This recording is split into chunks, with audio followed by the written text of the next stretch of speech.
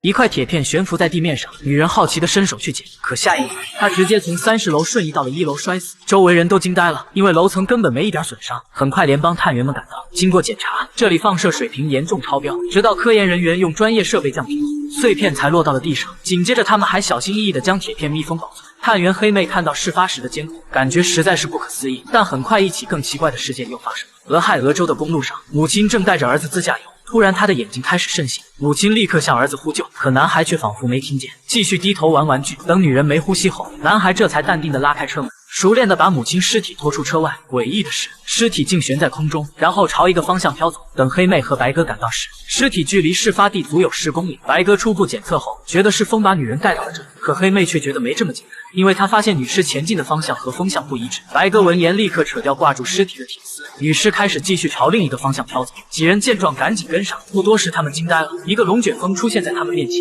几具尸体在风中上下翻飞，像被某种神秘力量控制。众人将这些尸体带回实验室，可在检查过程中，一具尸体竟睁开了眼睛，四处望了一转后又快速闭上。经过检测，原来几人脉搏、心脏虽然停止跳动，可他们的脑细胞却高度活跃，能感知到外界，只是没法做出回应。而他们身体的生机现在也都在慢慢流失，像是被什么东西隔空吸收，这很可能与碎片有关。很快，白哥收到消息，事发当天女人车上还有个男孩，但实际上女人还是单身。通过给这些尸体的家人发消息，他们发现有一户没有回应，两人急忙赶到这户人家中调查。房子内空无一人，但在墙上的照片中，他们发现了监控中的男孩，但这家人的小孩怎么到了不认识女人的车上？两人感觉真相可能和男孩有关，而男孩似乎还有个姐姐。紧接着，白哥在门外发现一具浮尸，是男孩的母亲。随着深入调查，白哥又在房子旁边发现了一大块残骸，只见周围的物体全都漂浮在残骸周围。白哥拿出监测仪器，发现这里辐射水平已经严重超标，他赶紧制止想靠近的黑妹，因为之前也有一块这么大的残骸。直接把一个小型湖泊给震荡了。通知科研人员后，两人和男孩姐姐也取得了联系。令人更加吃惊的消息传来，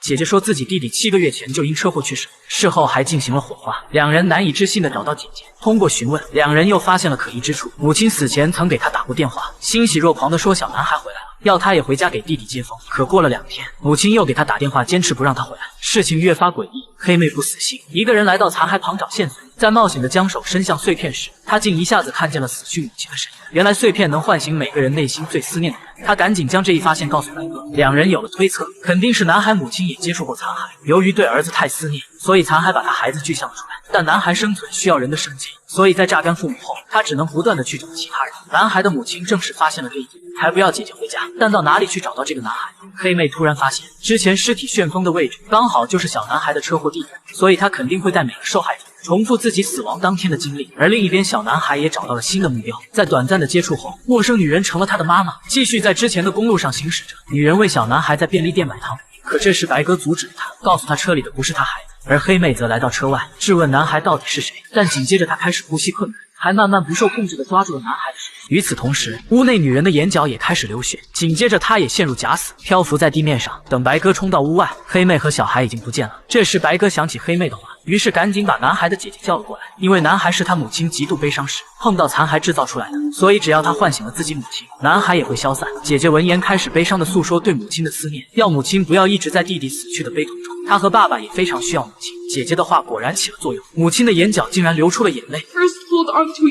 下一秒，母亲睁开了眼，紧接着所有人也醒了过来。黑妹呆呆地站在路边，小男孩消失了。可白哥和黑妹两人还没有休息2天，一个小镇又发生了怪事。